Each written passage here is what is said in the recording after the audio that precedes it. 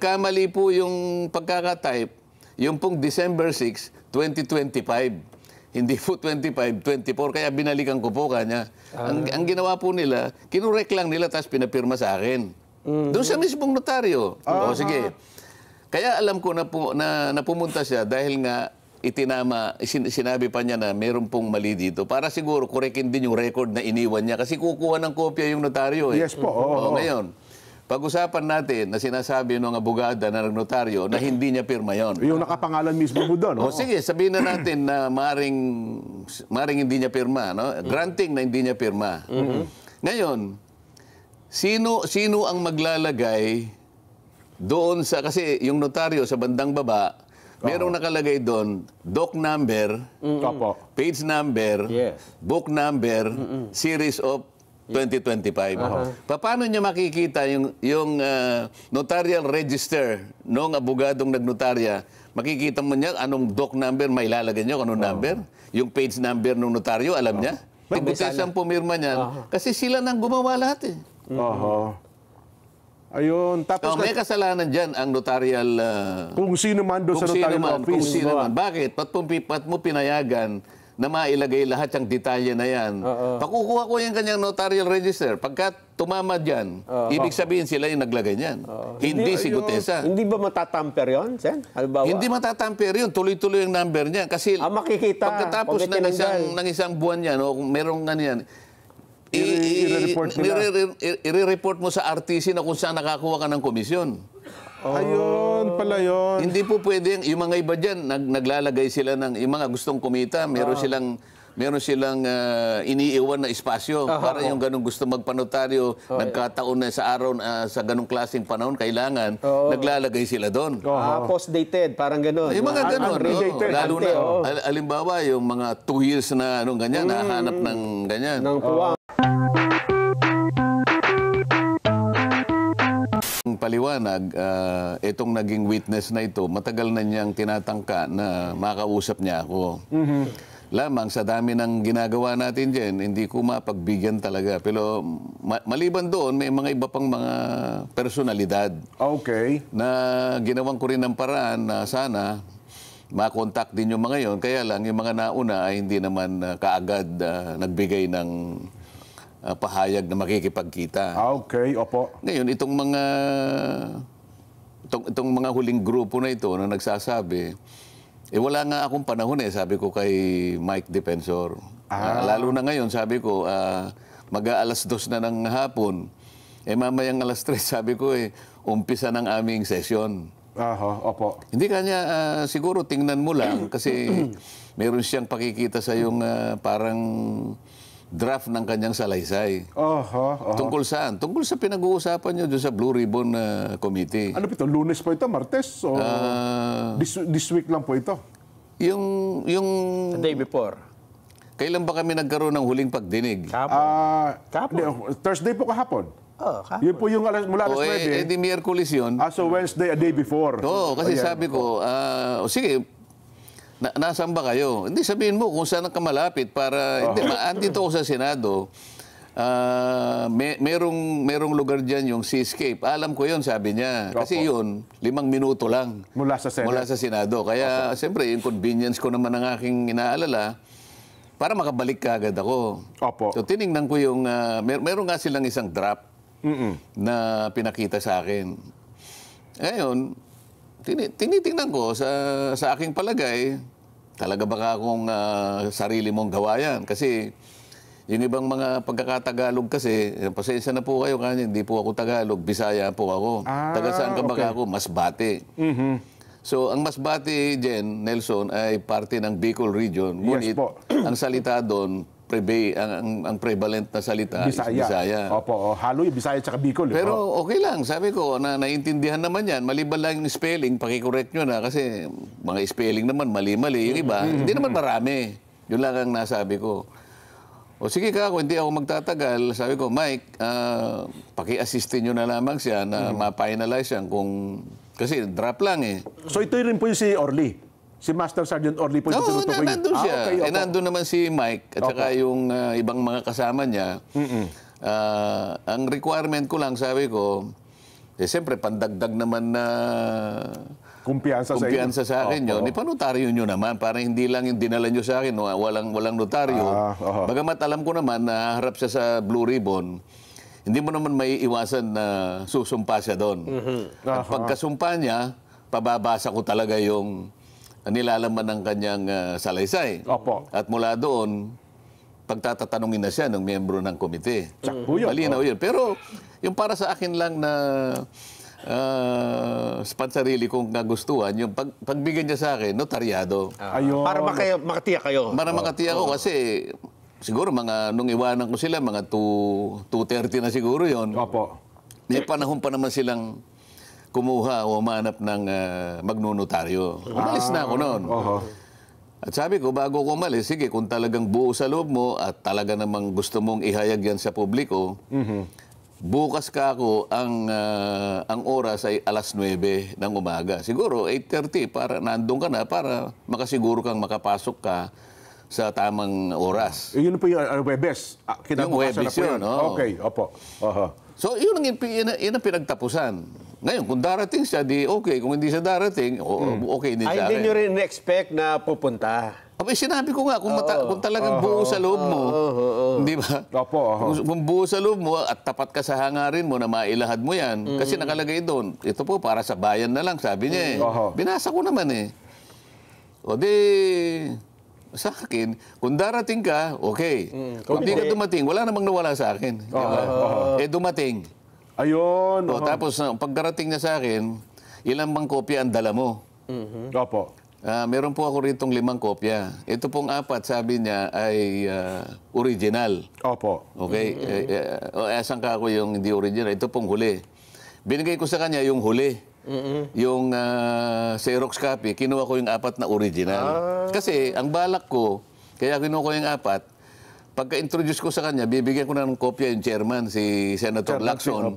At saka yung si Senator SP Soto. At yung iba, siguro kung sino yung katabi ko, saka ako, 4. Kasi babasa ko na sa kanya eh. Para lahat kami, meron kaming kopya, lalong-lalo na yung chairman at saka yung Senate President. Ganun na nangyari. Ngayon, ang sabi nila ngayon, nabasa ko rin sa dyaryo eh, para bang kinotes ko daw yung... Kasi, kaya ko lang na binanggit na, teka muna, dahan-dahan kang magbasa.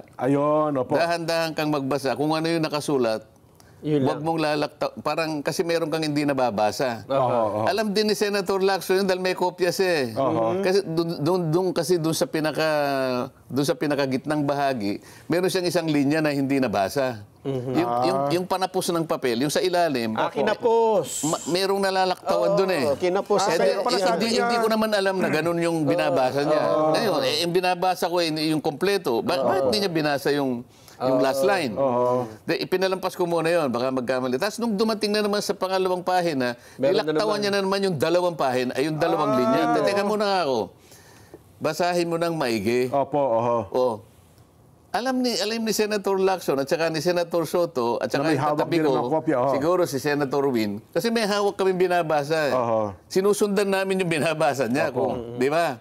Lumalabas kasi sa social media. Sabi niya, sumagot siya, kasi po ito pong kopya ko, may putol yung sa baba. Ayun yung Xerox Kaya copy. ginawa ko, yung binigay niya sa akin, binigay ko sa kanya. Kanyang galing lahat yun, hindi naman akin yun eh. So yun po yung Xerox copy. Siguro pagkaka-Xerox. Baka ganun na nangyari. Kaya ang ginawa ko, ako na nagsabi, yan, magpalit muna tayo. Makita ko nga naman, putol yung... So lumalabas... Sinasabi nila ngayon, kino-coach ko na naman. Ayun po, saan ang lumalabas sa social media? TikTok, halos lahat. Na lumalabas na kino-coach nyo raw yung itong si Master Sergeant Gutesa. Yun pong binigay niya sa aking 4 na original. Kinuha ko po yun sapagkat ang bala ko, yung isa, ibibigay ko kagad kay Senator Lacson na siya yung chairman. Yung isa naman, bibigay ko kay Senator Soto, siya yung Senate President. At kung sino yung katabi ko, bibigyan ko. At saka yung isa, para sa akin. Para pag binabasa na po niya, yung kanyang statement, nasusundan po namin. Kaya alam po ni Senator Soto ang sinasabi ko, na meron po siyang nalaktawan na isang linya nung una, pagkatapos yung pangalawa, 2 linya na po, hindi niya binabasa. Sayang naman. Kasi kung coach nyo, ang una magre-react yung may hawak ng affidavit. Oh, Di ba? Kasi alam po nila na hindi niya nabasa yung di sana sinansala ako ni alam niya. At sabi ko, dahan-dahan ka. Dahan-dahan ka. Sabi ko, you have all the time, sabi ko pa. Para sa ganun, walang nalalaktawan. Yung binabasa pala niya, may kulang pala sa gitna. Meron ho bang question? Halimbawa, binabasa niya, bukod doon sa affidavit niya, ay iba ang nababasa niya doon sa kanyang... Hindi matutuloy doon sa pangalawang kasi dalawang linya yung nawawala eh. Nawawala. Paano kung recording yun? Hindi mare-record yung sinasabi. Kasi iba yung recorded eh. Yes, kaya ang gusto ko, kung ano yung binabasa niya, maski sa record, ganun din. Yes. So ngayon, kahit babalikan mo yun, talagang may puto. Mapapakita ko talaga eh. Putol talaga eh. So yun pala yun. Yun ang una. Yes. O ano pa yung isang may kinalaman dyan? Yung notaryo. Yung notaryo. Yes. Ganito. Yung si Orly ba? Orly Gutesa. Si Orly Gutesa, siya mismo pumunta doon sa ano Notary Public. Binalikan niya eh kasi nagkamali po yung pagkakatype yung pong December 6, 2025. Hindi po 25, 24 kaya binalikan ko po kanya. Ang ginawa po nila, kinurek lang nila tapos pinapirma sa akin. Doon sa mismong notaryo. O sige. Kaya alam ko na pumunta siya dahil nga sinabi pa niya na meron pong mali dito. Para siguro korekin din yung record na iniwan niya. Kasi kukuha ng kopya yung notaryo. Yes po. Ngayon, pag-usapan natin na sinasabi ng abogada na notaryo na hindi niya pirma yon. Yung nakapangalan mismo mo doon. Sige, sabihin na natin na maring hindi niya pirma. No? Granting na hindi niya pirma. Ngayon, sino ang maglalagay doon sa... Kasi yung notaryo sa bandang baba, merong nakalagay doon, doc number, page number, book number, series of 2025. Paano niya makikita yung notarial register ng abogadong nagnotarya? Makikita mo niya anong doc number, may ilalagay niyo anong number? Yung page number ng notaryo, alam niya? May papakita ba sa TV direct? Kasi meron nga yan, lumabas sa social media. Ilabas niyo yung pinakahuli para malaman natin ang pinag-uusapan natin. Direct, ipakilabas nyo. Kasi nasa social media naman. Yung notaryo. Para nang sa ganun ay... para malaman ng mga kababayan natin kung ano yung binabanggit natin. Ano yung pinag-uusapan natin. Di ba doon sa left side ng dokumento, yung pinakahuli, napipirma rin yung notaryo, merong doc number, page number, book number, series of yung year. Nakastampad pa yun eh. Di yun, ano? Sige po, inahanap daw po. Pagkatapos, yung sinasabi niya, yung notarial yung notarial details niya, hindi raw siya yun. Opo. Ibig sabihin, si Gutesa, kinuha niya yung stamp na yon, itinatak niya doon sa mismong lugar na kung saan siya magnonotaryo, saan niya kukunin niyo kung hindi bibigay sa kanya? Pagkatapos yung dry seal. Yes, isa pa yun. So, ibig sabihin, si Gutesa pumasok sa kanilang opisina, siyang naglagay ng dry seal. Kung yun ang pagbabatayin natin batay sa kwento nila. Paano magagawa nung Gutesa? Gutesa. So, ibig sabihin, sila rin ang gumawa nun. Ngayon, kung sino man yung pumirma doon at hindi nga siya, pananagutan ng pananagutan ng abogado yun. Sana mapakita para malinaw. Sige po. Alam ko meron tayo yan eh. Habang hinahanap yun, sige, ano ang implication, anong epekto noong hindi pala, halimbawa lang, for the sake of argument, na hindi talaga notarized yung peke, yung pagkakanotaryo. Ano ang epekto nun dun sa salaysay? Ang magiging epekto niyan, wala na. Bakit? Kasi subsequent to that event, si Gutesa humarap sa komite. Humarap sa Blue Ribbon Committee at siya'y pinasumpa. Okay. At doon ay binasa niya yung kanyang sworn statement. Okay. At pagkabasa niya, pinagtatanong siya. Sa makatwid, kahit na walang notaryo yun. Okay. Kahit walang notaryo yun, hindi nawala yung saysay ng kanyang deklarasyon. Kasi sumumpa siya doon eh.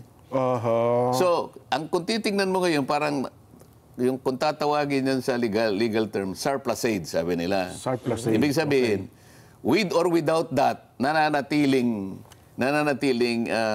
balido yung kanyang yung salaysay niya. Dahil nga, sa katotohanan, na sumumpa siya.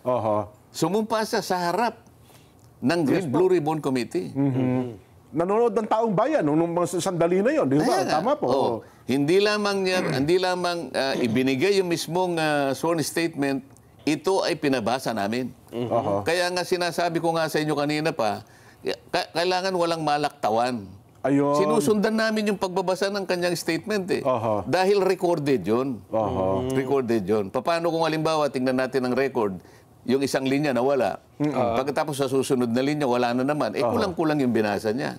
Magkakaroon ng problema doon. Ayun. Kaya ako pinaulit sa kanya. Ulitin mo, dahan-dahan ka lang. Para recorded. Sa kanya yun, salita niya yun Ito sa ano to? Okay na raw. Ipakita natin sa telebisyon yung binabanggit o yung dokumento. Hindi, yung pinakahuling, yung huling pahina. Nandun yung... may pirma. Yan.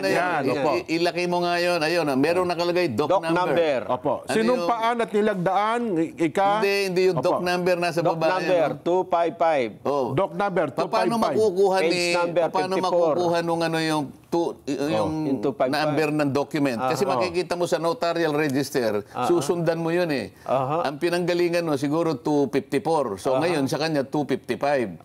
Page number. Page 58 sabi niya yata. Book number. Ano ba yun? Hindi ko po maintindihan. Parang letter V. Saan kukunin ni Gutesa yan? Gutesa. So ang nag-provide yan, yung notarial staff, kung sino man yun, kung wala man yung abogado, may sekretarya siya, at saka yung sinasabi ko sa yung stamp na yun, yung kulay asul. Yun ang detalye ng notarial commission niya. Ibig sabihin, si Gutesa, nakuha niya yung stamp na yun, siya mismo nag-stamp na gano'n, at nakuha niya yung doc number, nakuha niya yung page number, nakuha niya yung book number. Pagkatapos, dyan sa mismong lugar ng detalye na yan, meron dry seal yan. Or yung dry seal. Nakita niyo may dry seal? May dry seal. So, sa mga tweet, pati dry seal, nakuha ni Duterte. Paano niya mapapasok yung opisina? Yun daw pong pirma. Kung sasabihin niya na hindi niya pirma, nasa sa kanya yun. Ayun. Pero, hindi po pwede na si Duterte ang pumirma niyan. Kasi sila nang gumawa lahat Ayun. Tapos may kasalanan dyan ang notarial... kung sino man doon sa notarial office. Kung sino man. Bakit? Pat mo pinayagan na mailagay lahat yung detalye na yan. Pakukuha ko yung kanyang notarial register. Pagka tumama dyan, ibig sabihin sila yung naglagay niyan. Hindi si Gutesa. Hindi ba matatamper yun, Sen? Hindi matatamper yun. Tuloy-tuloy yung number niya. Kasi makikita. pagkatapos ng isang buwan yan, o kung merong ganyan, i-report mo sa RTC na kung saan nakakuha ka ng komisyon. Ayun pala yun. Hindi po pwede. Yung mga iba dyan, naglalagay sila ng, yung mga gustong kumita, meron silang iniiwan na espasyo para yung ganong gusto magpanotaryo, nagkataon na sa araw, sa ganong klaseng panahon, kailangan, naglalagay sila doon. Post-dated, parang gano'n. Yung mga gano'n. Lalo na, alimbawa, yung mga 2 years na ganyan, nahanap ng ganyan. Ng puwang. Ay, ngayon, mahigpit ngayon. Kaya, i-report mo yung notarial register mo, makikita mo tuloy-tuloy yan. Opo. Pasasabihin ako, yung notarial register ng abogada na yan. Opo. Ibig sabihin, tatama doon sa ginawa nila. Notarial register na ibig sabihin, nakuha ni Gutesa yung kanilang notarial register. Imposible yun. Nako, mamumroblema pa pala yung petetsi na yun pagka nagkataon. Baka akala niya, hindi siya subject to disciplinary action. Kaya kung sasabihin niya, okay, hindi ko pirma yan, maaari. Pero ikaw ang nag-facilitate para yung notarial details mo at saka lahat ng nakalagay doon, doc number, page number, book number, walang kinalaman yung Gutesa na yun. Kahit kailan hindi niya makikita at hindi niya alam kung saan niya kukunin yun. Maliban ako, sinabi yung sandali yan, nakugub ang kanyang opisina, no? Imposible naman yun. At halimbawa, Sen, may nakapanood dyan at dyan din nagpanotaryo. At ipakita, dyan kami nagpapanotaryo, yan talaga yung pumipirma. Yari yung office na yan. Talagang gagawin natin dyan, para makita yung katwiran dyan. Yung notarial register, pasasabi na natin. Makikita mo, para ko nang nakita, tatama doon sa page number, doc number, page number, book number. Yung tatlong yun. Kasi yung series of, yung year lang, madali naman yun, 2025 Eh, pagka sinabing nawawala po, bigla nawala. Si Bala na kayong gumawa ng conclusion. So, kabida natin, halimbawa, talagang yung pirma doon, kasi meron siyang pirma Kung hindi ba nakuha natin ng staff natin? Pagkaraniwan kasi yung mga staff, kasi kung minsan wala yung basta... Wala yung bugado mismo. Ano lang sa kanya, Viber mo nga sa akin lang, babasahin ko, kanyang gano'n. Pag binasa niya, okay naman sa kanya. O sige, kanya, inotaryo mo. Pwede pumirma yung mga gano'n ang ginagawa ng iba Kasi kung minsan wala siya doon Hindi naman lagi maghapon yun, nakabantay doon sa kanyang notaryo. May bayad kasi yun Yes po. Hindi ko na alam ngayon kung magkano yung bayad sa mga notaryo. So, ang sabi ng isang senador, hindi ko na babanggitin para hindi na kayo mag-away-away, kung mapapatunayang nating peke ang notaryo, mawawalan ito ng bisa at bababa ang kredibilidad ng testigo. Sinabi ng isang senador. Sinabi niya. Ano yung senador? Abogado po ito. Senador na abogado. Sige po. So, paano po yun, Sen? Baka siyang bumaba ang kalidad. Kasi, hindi ba niya alam, nandun kami, ewan ko kung nandun siya, pero ang sinasabi ko, sumumpa yung witness. Okay. Si Gutesa. So ano man yung pagkukulang, halimbawa, aminin na natin kunwari lang, granting na talagang hindi yung pumirma, granting na nakuha ni Gutesa yung pangtatak. Yung stamp. Pagkatapos nakuha pa niya yung notarial register na nakatago doon. Pati yung mga numero. Makapal na libro, journal yun I-assume natin na alam niya kung saan niya kukunin yung number. Siya yung naglagay, pagkatapos nakuha niya yung dry seal, at siya yung naglagay ng dry seal. Okay? Di peki talaga, Kaya lang sumumpa nga siya. Humarap siya sa komite. Pagkatapos, binasa niya yung kanyang sworn statement. At pagkatapos nun, in-interpellate siya. Pinagtatanong pa po siya doon. Buong bansa ang nakikinig. Parang, ang ibig lang sabihin nun, nawala na, kay menotaryo wala. Hindi.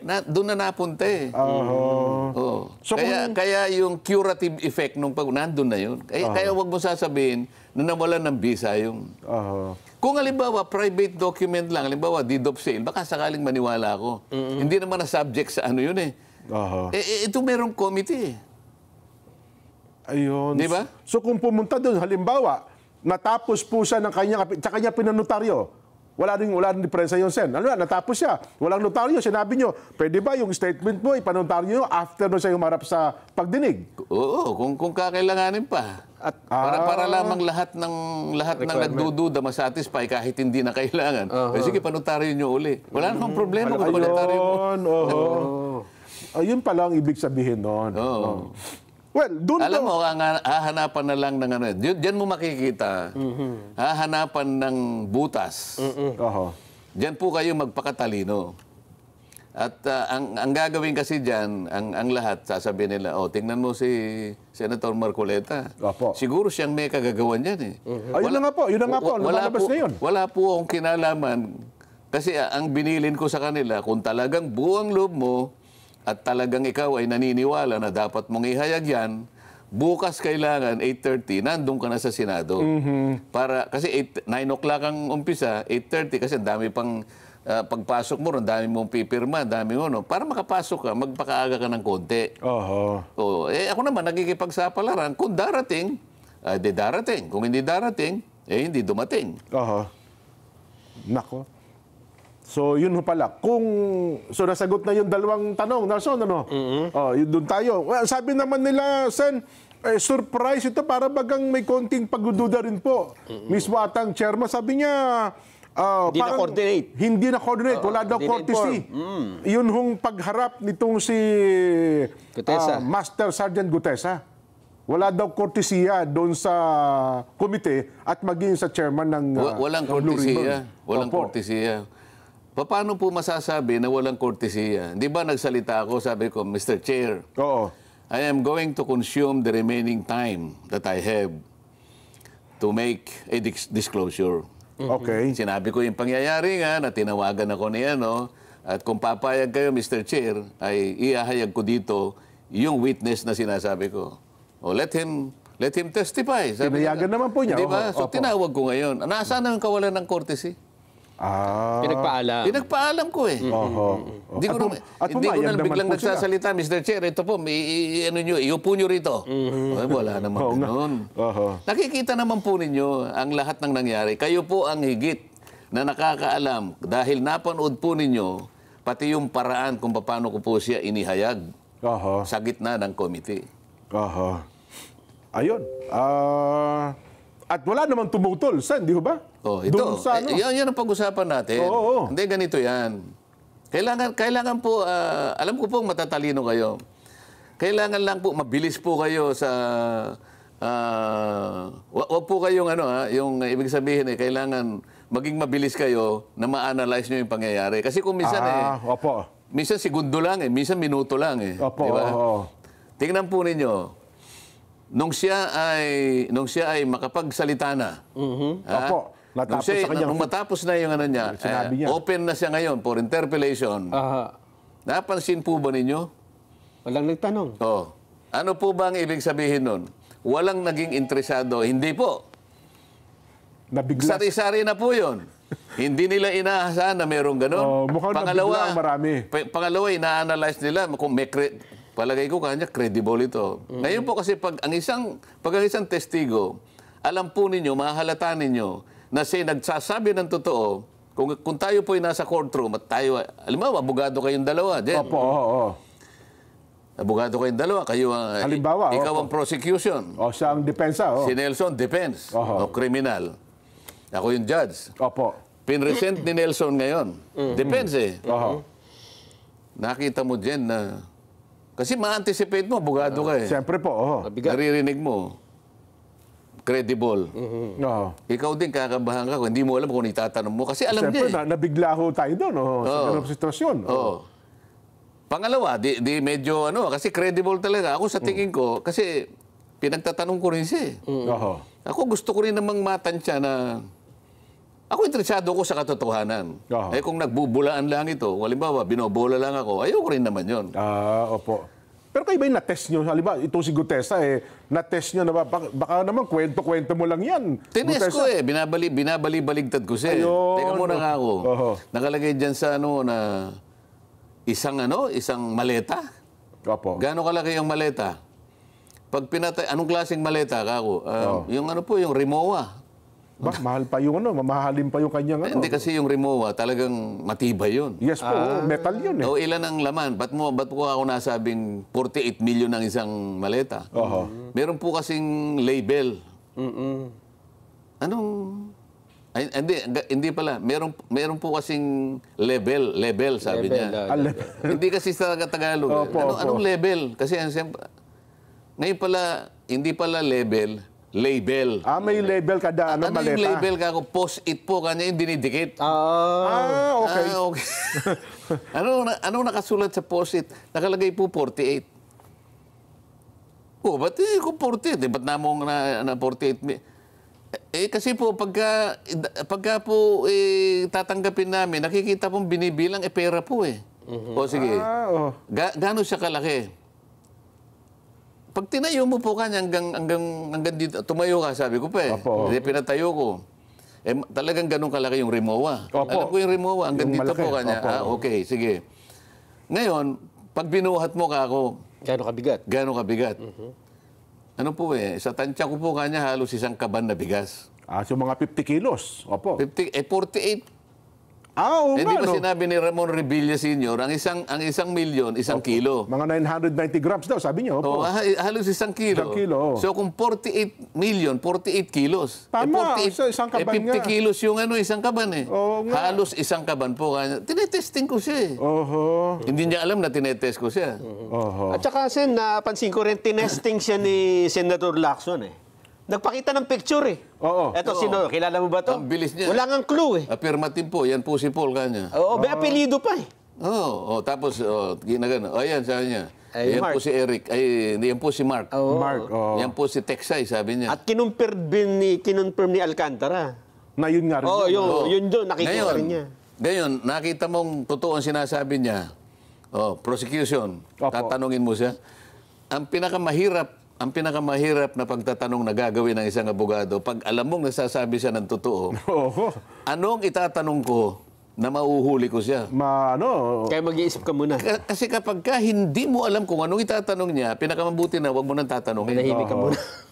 Kamukha anong nangyari? Baka sakaling inuhuli siya. Sino ito kanya? Opo. Sino ito? Ito ba yung poll na sinasabi mo? Affirmative, sir. Kanya. Ang bilis. Wala akong walang tanong na pangalan. Hindi siya tinanong. Pag ni-replay mo, picture lang. Picture lang, sino yan? Ganun lang. Picture lang, walang clue. Meron namang nag-test din ng kanyang tinanong kung yung background. Kanino ka man Ay, bandang huli na yon. Nag-research muna yon. Nag-research. Mukhang meron na raw nag-text sa kanya, itanong mo sa ganito, ganyan. Mukhang tama pa yung sagot Ang dami nang nagte-text doon sa nakikita ko, ako napangiti-ngiti lang ako. Kasi ako, hindi ko talaga kilala yan. Yung tao na yan. Tinesting ko siya kung totoo. Basta takot, yung ginawa kong pag-testing sang-ayon sa akin, mukhang nagsasabi siya ng totoo. Kaya, nilabas ko siya. Kasi kung kahit na dumating siya doon, pagka yung iba-iba yung sinasabi niya, wag na lang pare, sasabihin ko. Sen, ituloy natin yung laman, yung mga sinabi nitong si Gutesa. Pero para lang po mailatag natin yung ating magiging Vox Populi sa araw na ito, meron kasi mga nagpalutang na ngayon, Sen, ng ideya. Kasi ang Kamara, tinurn over na ang mga dokumento sa Independent Commission for Infrastructure, ito pong ICI. Ang Senado po, bagamat kayo nagpatuloy itong mga nakalipas na araw, may mga higing-higing na kami narinig na para bagang may mga paunang salita na parang plano na rin itigil ito at yung mga ebidensyang nakalap ninyo, baka i-turn over na rin daw po sa ICI, Sen. Mukhang yun po. Baka magkaroon pa ng ilang pagdinig. Baka maaaring mayroon pang isa kasi itong nangyaring mga revelations itong huling pagdinig. Opo. Merong nagmungkahi na tawagin yung nakita nyo sa litrato. Para sa akin, tama-tama lang para lalong mabigyan ng koneksyon o mapagtibay yung sinabi nung surprise witness na sinasabi nila. Dahil binanggit nga yung pangalan ng dalawa na silang tumatanggap at nagbibilang ng pera. Opo. Ngayon, mukhang tatawagin, ipatatawag, isasabi na O kapag ka ginawa yun, makikilala uli nung yung dalawa. O ngayon, at naimungkahi ko rin, na nabanggit naman ka ako yung pangalan ni... Dating gobernador. Hindi, yung si Congressman Toby Chanco, binanggit niya yung... anong pangalan? Saldico. Opo. Si... Gobernador Chavit Singson. Hindi, Yusek Bernardo, binanggit niya si Saldico. Opo. Yung dalawang congressman di umano ay binanggit doon sa sworn statement ng Diskaya, binanggit si Saldico at si Speaker. Bakit yung kumpanya, yung construction company founded by Saldico, hindi man lang. Yung bakit yun hindi man lang, hindi man lang yung pinagtatatanong, palagi nyo lang tinatanong yung Diskaya at saka yung Sims. Opo. At saka yung Wawaw. Siya yung pinakamaraming nakuha, yung SunWest. Tapos sabi ko, merong disclosure ka ako si Governor Chavit Singson. Hindi nyo ba iimbitahan? Maring imbitahan, sabi. Pero hindi sila nagbigay ng susunod na... Hindi sila nagbigay ng indikasyon na tatawag ng at kung kailan. Kaya hintayin natin. Ang sabi lang po doon sa huli, magpapatawag pa ng investigasyon, pero kung kailan, wala Walang sinabi, definite. Okay lang yun. Pangkaraniwan naman, i-announce din naman kung meron pa. So, hintayin natin. Sige po.